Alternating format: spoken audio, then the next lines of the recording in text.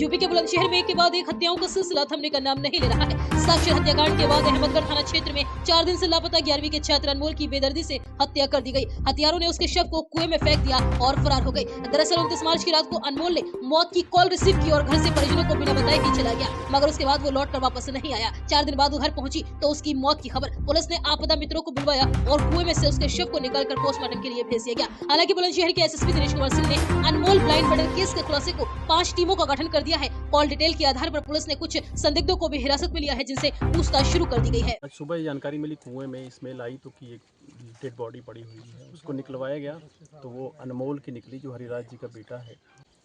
इनकी मिसिंग जो थी वो 29/30 की रात को हुई थी और घर से कुछ बता के गए थे। अभी तो जानकारी मिली कि एक कॉल पर घर से निकल के गए थे और उसके बाद ही वापस नहीं आए थे। लेकिन आज डेड बॉडी को निकलवाया गया है, तो काफ़ी डिकम्पोज भी हो गई है और पोस्टमार्टम के लिए भेजा गया है। कुछ हमने जो इस बीच में काम हुआ है उसके आधार पर कुछ संदिग्ध लोग हैं, उनसे भी पूछताछ की जा रही है और इसमें 5 टीमें लगाई गई हैं। मिडिल ईस्ट युद्ध के चलते घरेलू गैस सिलेंडर की किल्लत की अफवाहें थमने का नाम नहीं ले रही है। आलम यह है कि भरा हुआ गैस सिलेंडर लेने के लिए आज भी गैस एजेंसियों पर लंबी लंबी लाइनें लगी हैं। ये तस्वीरें धनौरा में स्थित भारत गैस एजेंसी की हैं, जहां लाइन में रखे ये सिलेंडर गैस को लेकर हो रही किल्लत की कहानी खुद बयान कर रहे हैं। उपभोक्ताओं का दावा है कि उनके गैस बुक कर ब्लैक की जा रही है और उन्हें डिलीवरी नहीं मिल रही। हालांकि अब बड़ा सवाल यह है कि जब गैस की कमी नहीं है और स्टॉक पूरा है, तो फिर गैस सिलेंडर लेने वालों की आखिर ये लाइनें लगी क्यों है? प्रशासनिक अधिकारी सच बोल रहे हैं या फिर उपभोक्ता? आप खुद ही समझ लीजिए।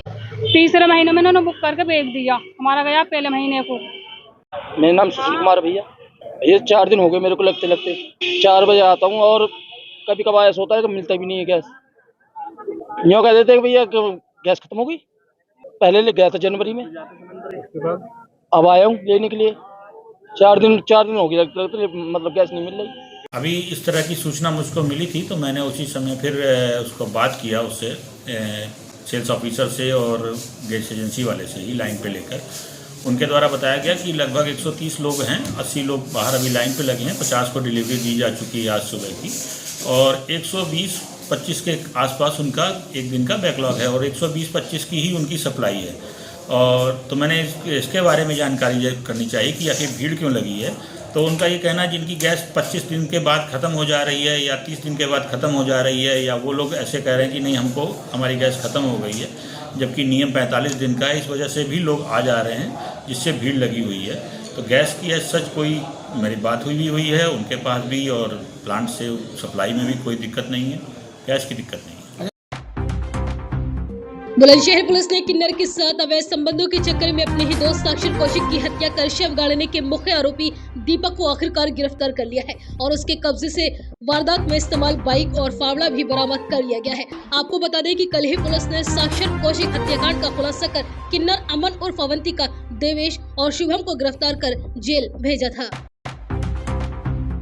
साहब मुझे मेरी बहू से बचाओ, ये गुहार 75 साल के बुजुर्ग मुकेश राठौर ने जहांगीराबाद पुलिस से लगाई थी। जी हाँ, ये तस्वीरें जहांगीराबाद में रहने वाले संकेत राठौर के घर की है, जहां बीते 26 मार्च को मरहूम छोटे बेटे डॉन की पत्नी विनीता घर में घुस आई और अपने 75 साल के बुजुर्ग बीमार लाचार ससुर मुकेश राठौर की दे दनादन पिटाई कर डाली। पिटाई की ये पूरी घटना सीसीटीवी कैमरे में कैद हो गई, जिसका वीडियो अब वायरल हो रहा है। आरोप है कि बीते 23 मार्च को भी 75 साल के बुजुर्ग मुकेश राठौर की पुत्र वधू ने उनकी पिटाई की थी। इस मामले की शिकायत पीड़ित ने कोतवाली जहांगीराबाद में की थी, लेकिन जहांगीराबाद पुलिस ने मामले को पारिवारिक बताते हुए रफा दफा कर दिया था। पुलिस द्वारा कार्यवाही न करने की वजह से ही 3 दिन बाद फिर ससुर को पुत्र वधू के कहर का सामना करना पड़ा। हालांकि आरोप शहर के सीओ विकास प्रताप सिंह ने इस पूरे मामले की जांच कराकर कार्यवाही कराने का दावा किया है। बुलंदशहर के डिवाई में प्रेम विवाह करने वाले पति पत्नी के बीच में किसी बात को लेकर अचानक विवाद इतना ज्यादा बढ़ गया कि गुस्साई रूबी कमरे में गई और तेल उड़ेल कर खुद को जला डाला। आग की लपटों में घिरी पत्नी की आग बुझाने के दौरान पति भी गंभीर रूप से झुलस गया। गंभीर हालत में झुलसे दंपति को सीएससी से अलीगढ़ मेडिकल कॉलेज के लिए रेफर कर दिया गया है, जहां दोनों की ही मौत हो गई है। हरियाणा में मोबाइल टावर की बैटरी चोरी कर यूपी में बेचने आई 2 चोरों को ककोट पुलिस ने दबोच लिया। सीओ भास्कर मिश्रा ने इस बारे में बताया कि हरियाणा के चोर अरविंद और अंकित ने कुछ दिन पूर्व भिवानी के एक मोबाइल फोन टावर में चोरी की वारदात को अंजाम दिया था। इनके कब्जे से चोरी की गई 24 बैटरी और स्कॉर्पियो कार को बरामद किया गया है। आज दुनिया भर में हनुमान जन्मोत्सव की धूम रही। इसी क्रम में बुलंदशहर के कस्बा गुलाबटी में भी पारस ग्रुप के एमडी नरेंद्र नागर ने प्राचीन बड़ा महादेव मंदिर पर पहुंचकर हनुमान दरबार के समक्ष ज्योति प्रचंड की। हनुमान भक्तों के साथ हनुमान चालीसा पढ़ी और साथ ही श्रद्धालुओं ने भजन संकीर्तन कर प्रसाद वितरण किया। संकट मोचक हनुमान और जय श्री राम के उद्घोषों से देवालय गुंजयमान रहे।